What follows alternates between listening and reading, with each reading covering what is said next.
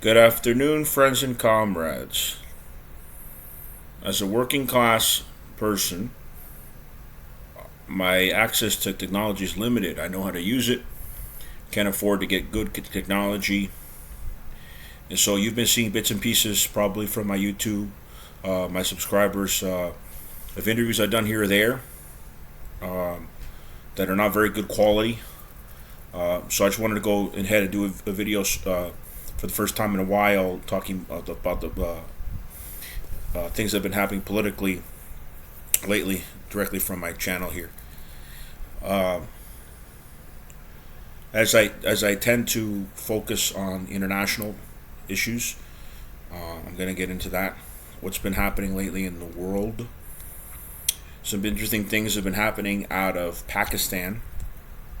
Uh, Imran Khan, who's a very brave former prime minister of Pakistan, he actually was interviewed by Assange from the Ecuadorian embassy when Assange used to work for RT. Assange revelations helped him in his prior campaign, showing how those who were running against him were corrupt. Khan, who was a few months ago thrown out of power in a U.S. backed parliamentary coup, who was not cooperating with U.S. pressure to not do business with Russia and the East. Uh, and so soon after, there was a coup against him.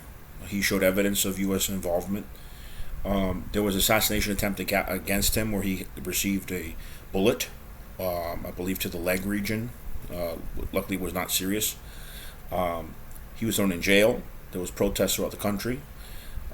He was released on bail. He has not gone into exile.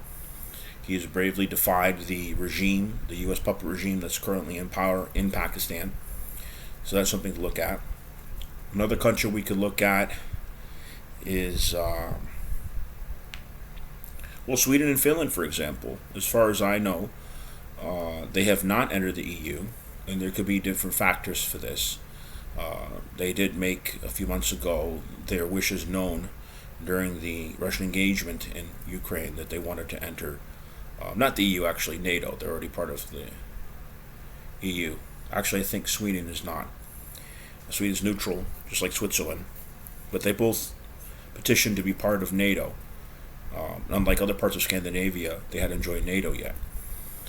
This is provocative towards Russia as well, especially if you consider the history of war between the Finnish people and the Russians. So Finland and Sweden still have not entered NATO. And there are different factors for this. It could be because of the Turks, and Turks in alliance with Russia look for excuse to veto that because all NATO members, including Turkey, has to go along when there are new members that enter.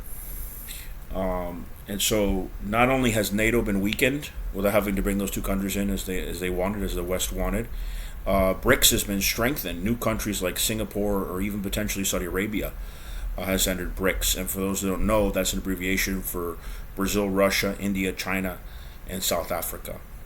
And in particular, as part of that alliance, China and Brazil are starting to get rid of the U.S. petrodollar. And the Brazilians are conducting some business now in the Chinese yuan. And so the ongoing engagement of Russia and Ukraine, from what I've gathered, has more gains for the Russians than the Ukrainians. I think that they need to find a diplomatic solution. And I think that Russia is getting better oil deals with the East rather than the West, with China, India, Pakistan, etc.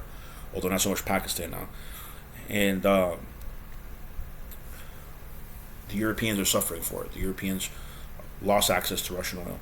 And we know from that great journalist, Cy Hirsch, that the United States was involved with the bombing of the Nord Stream 1 and 2 pipelines that entered Germany to bring Russian oil there. And the German regime, functioning as a vassal state of the U.S., rather than do anything about it, has pretended it hasn't happened, has continued to do what the U.S. wants. But the German people, including the German left, are rising up against that. So I just wanted to briefly touch on what's going on internationally. Thank you, friends and comrades. I'm planning to do a video exclusively on Latin America, which is what I usually talk about in the coming days.